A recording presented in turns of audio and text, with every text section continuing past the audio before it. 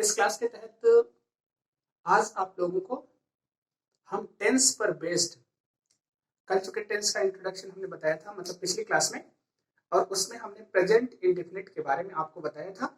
और उसी present indefinite से रिलेटेड किस तरीके के प्रश्न पूछे जा सकते हैं, एक टेंस को हम आप लेते हैं और उसी टेंस से रिलेटेड आपको एक्सरसाइज कराते हैं, ठीक।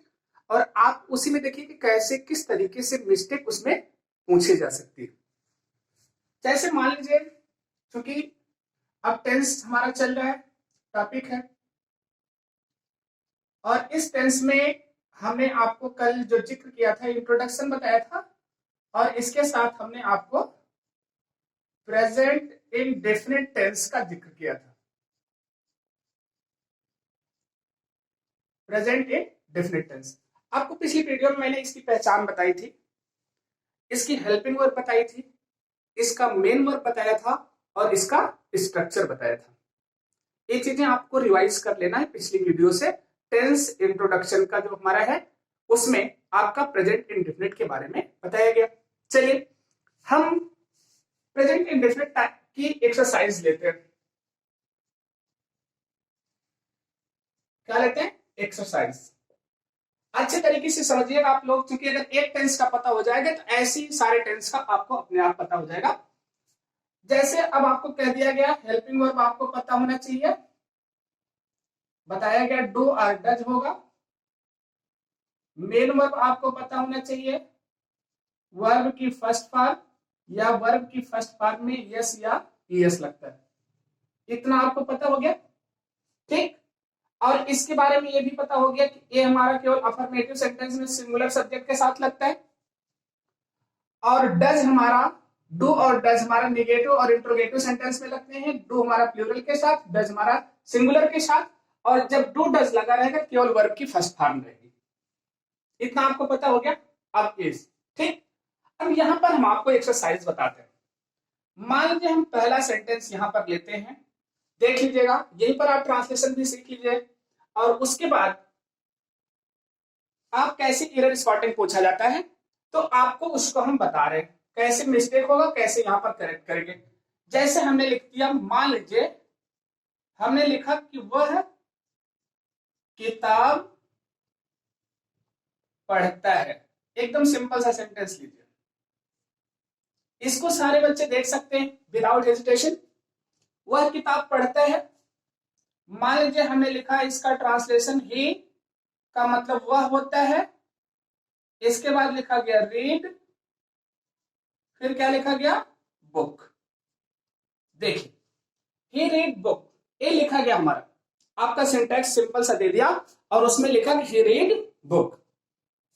अब देखिए, अब क्या है हमको यहां पर हमको ध्यान में रखना, ध्यान में अगर हम देते हैं, हमने कहा कि अगर अफर्मेटिव सेंटेंस होगा और सब्जेक्ट हमारा क्या होगा? सिंगुलर, इस सिंगुलर सब्जेक्ट में हम वर्ब की यस या यस फॉर्म लगाएंगे, अर्थात यहां पर हमारा सेंटेंस क्या है? मिस्टेक।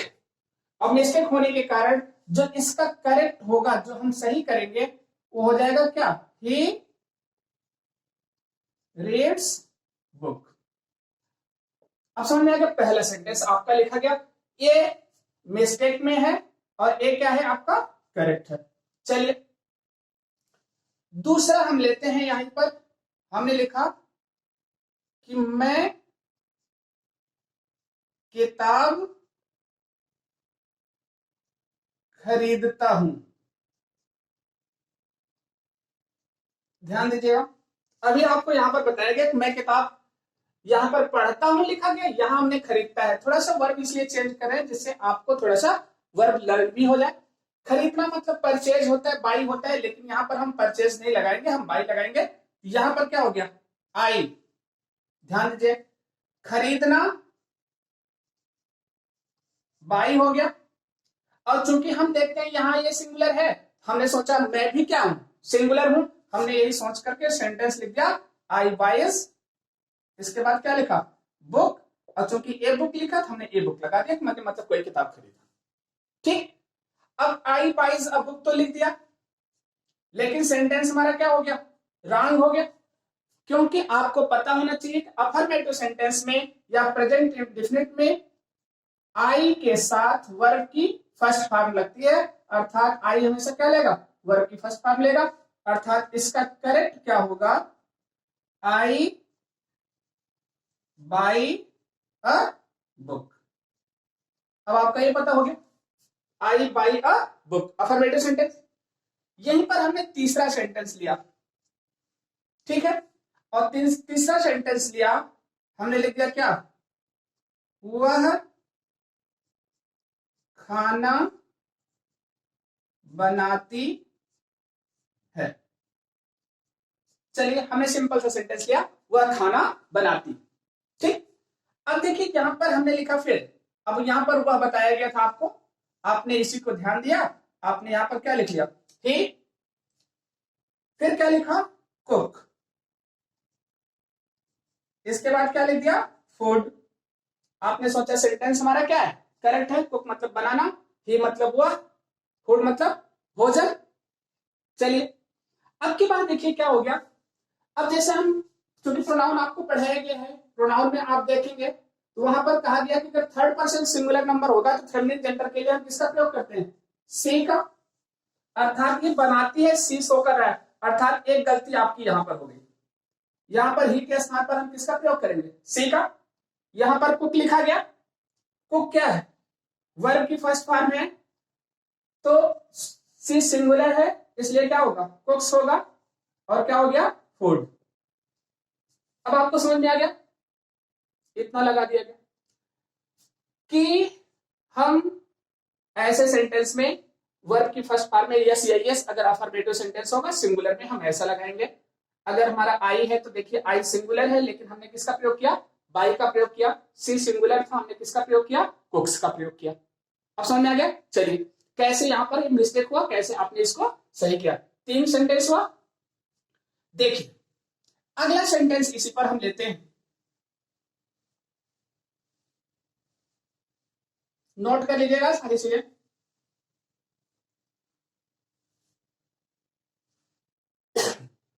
देखिए आपका चौथा सेंटेंस आया कि हम क्रिकेट खेलते हैं।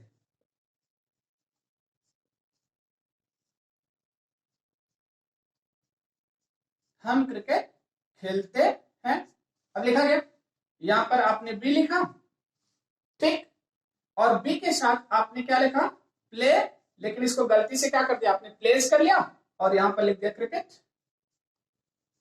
क्योंकि अभी हम आपको बता रहे थे ऊपर वाले सेंटेंस में, आपने यहां पर सोचा कि प्लेस कर लेंगे।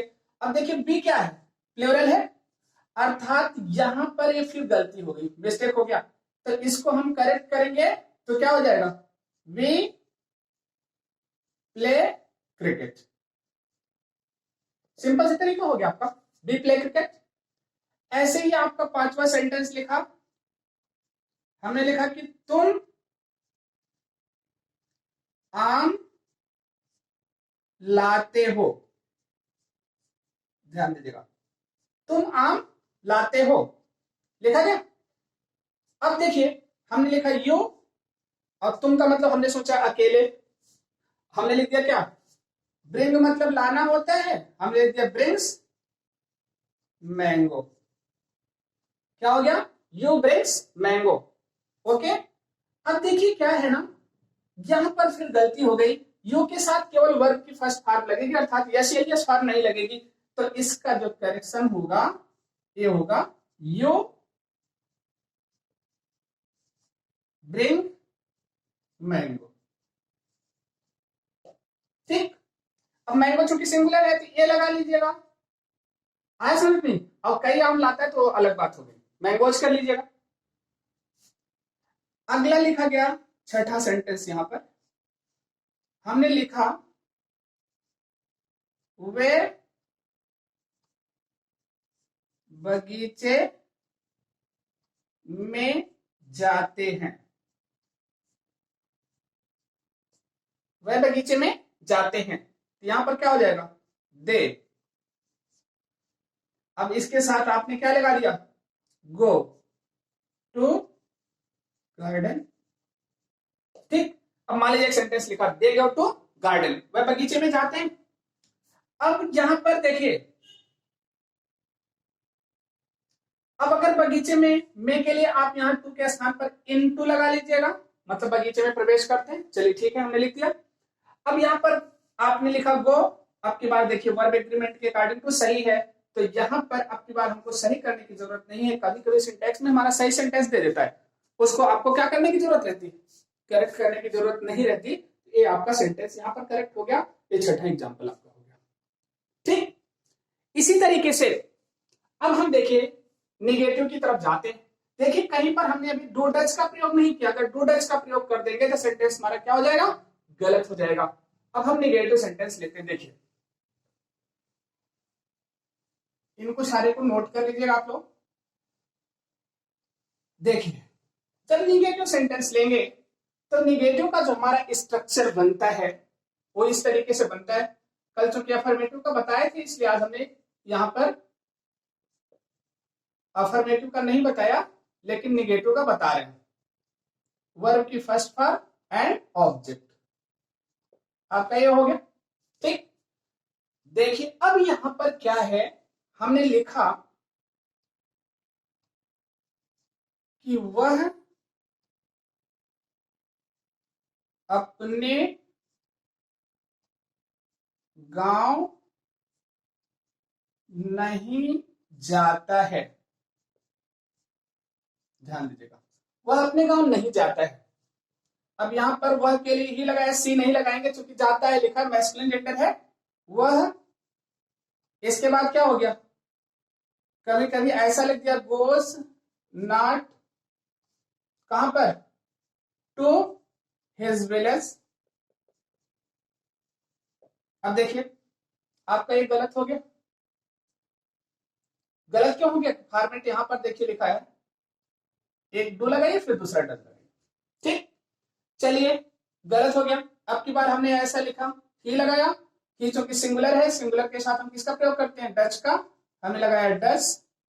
नॉट लिख दिया, ये हमारा फॉर्मेट पे चल रहा है, लेकिन यहां पर हम गलती से क्या लिख दिया, गोज टू हिज विलेज। सारी चीजें समझते चलिएगा। अब की बार देखिए यहां गोज नहीं होगा, गोज नहीं होगा क्योंकि यहां डज हम पहले ही लगा चुके हैं।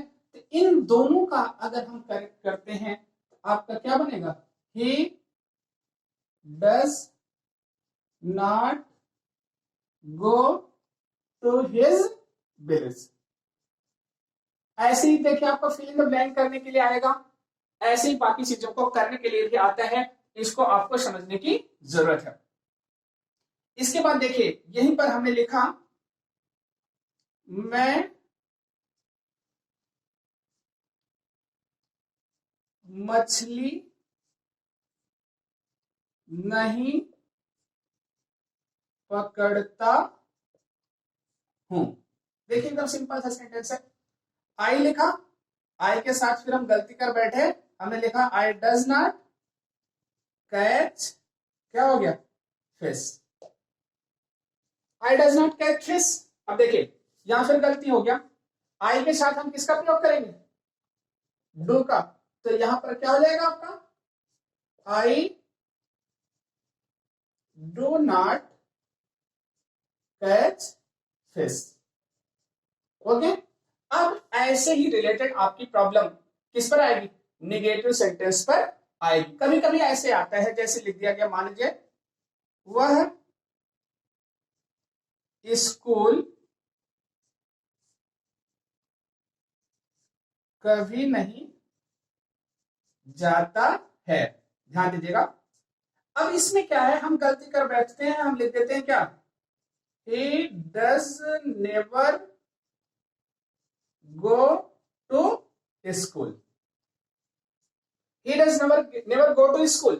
लेकिन यहां पर एक गलत हो गया, ध्यान रखिएगा। कभी नहीं के लिए हम नेवर जब लगाते हैं तो ये हेल्पिंग वर्ब नहीं लेता है, नॉट तो हेल्पिंग वर्ब लेता है लेकिन नेवर नहीं लेता है, इसलिए जो इसका करेक्शन होगा, ही नेवर लिखा गया, नेवर मतलब कभी नहीं। अब यहां पर गोज हो जाएगा, निगेटिव सेंटेंस में goes to school, he never goes to school. ठीक, तो आपका निगेटिव में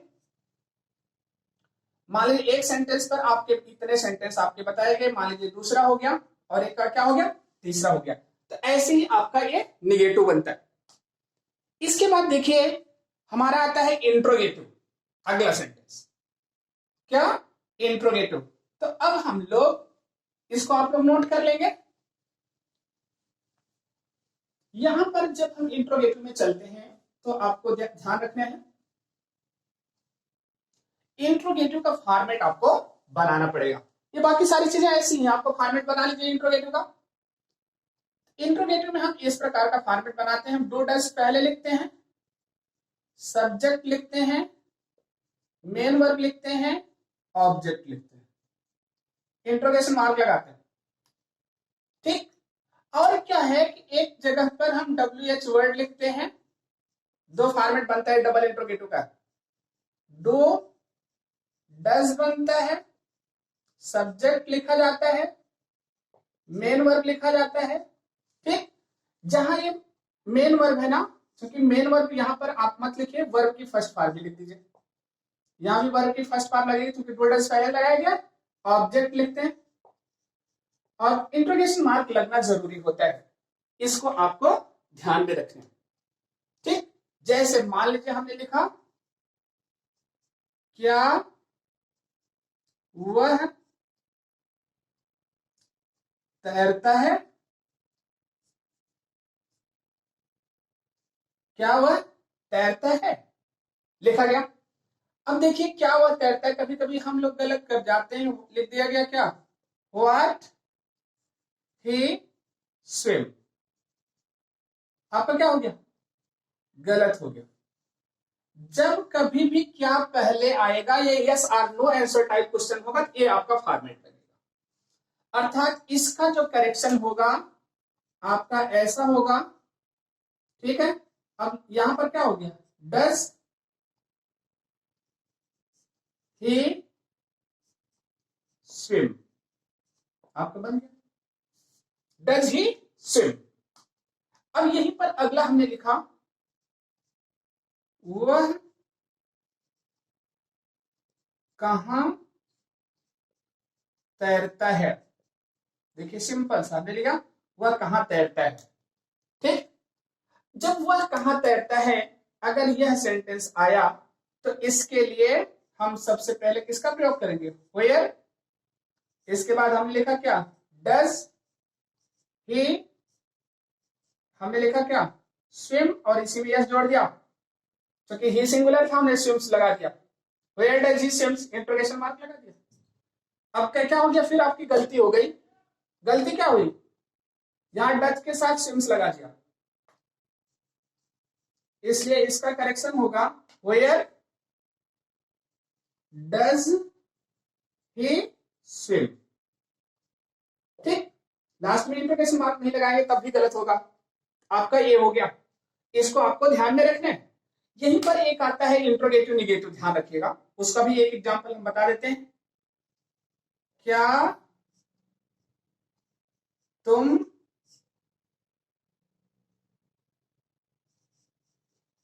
स्कूल में नहीं पढ़ते हो,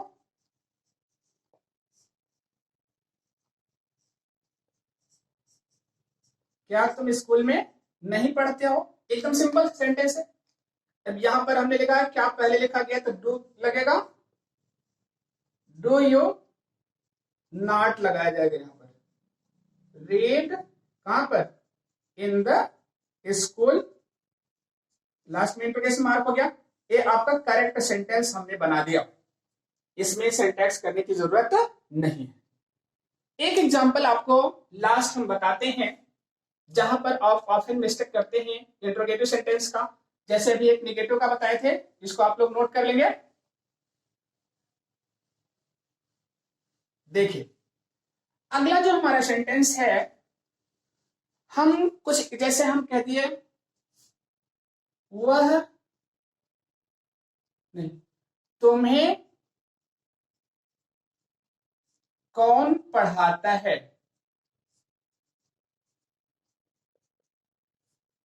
तुम्हें कौन पढ़ाता है।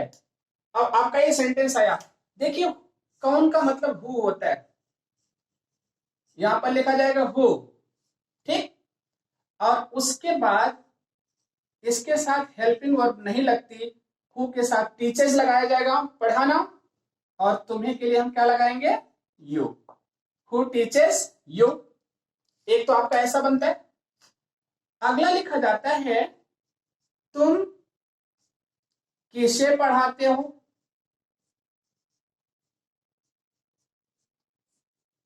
तुम किसे पढ़ाते हो। तो जब ऐसा सेंटेंस आएगा, अब की बार देखिए यहां पर आपका ऐसा बनता है, whom, इसके बाद लिखा गया क्या, डज नहीं होगा, डू होगा, चूंकि यू लिखा जाएगा, whom do you teach, ठीक। लेकिन ये हमारी ओल्ड टेक्निक है, ध्यान दीजिएगा। इसका मॉडर्न जो है ट्रांसलेशन कुछ ऐसे बनता है, यहां पर हु लिखा जाता है whom के स्थान पर, यहां पर डू लिखा जाता है, यू लिखा जाता है, टीच लिखा जाता है। ये आपका मॉडर्न टेक्निक है, ध्यान दीजिएगा। यहां डिफरेंस क्या है, यहां हु के बाद सीधे वर्ब आई है, यहां हु के बाद हेल्पिंग वर्ब आया, फिर सब्जेक्ट आया, ठीक। ये आपका तीसरा हो गया। अगला लिखा गया यहीं पर, बस आप लोग मान लीजिए इतना एग्जाम्पल आज करिएगा। नेक्स्ट क्लास में हम लोग इससे रिलेटेड पैसों वाइज बनाना सीखेंगे। Okay, thank you for this class.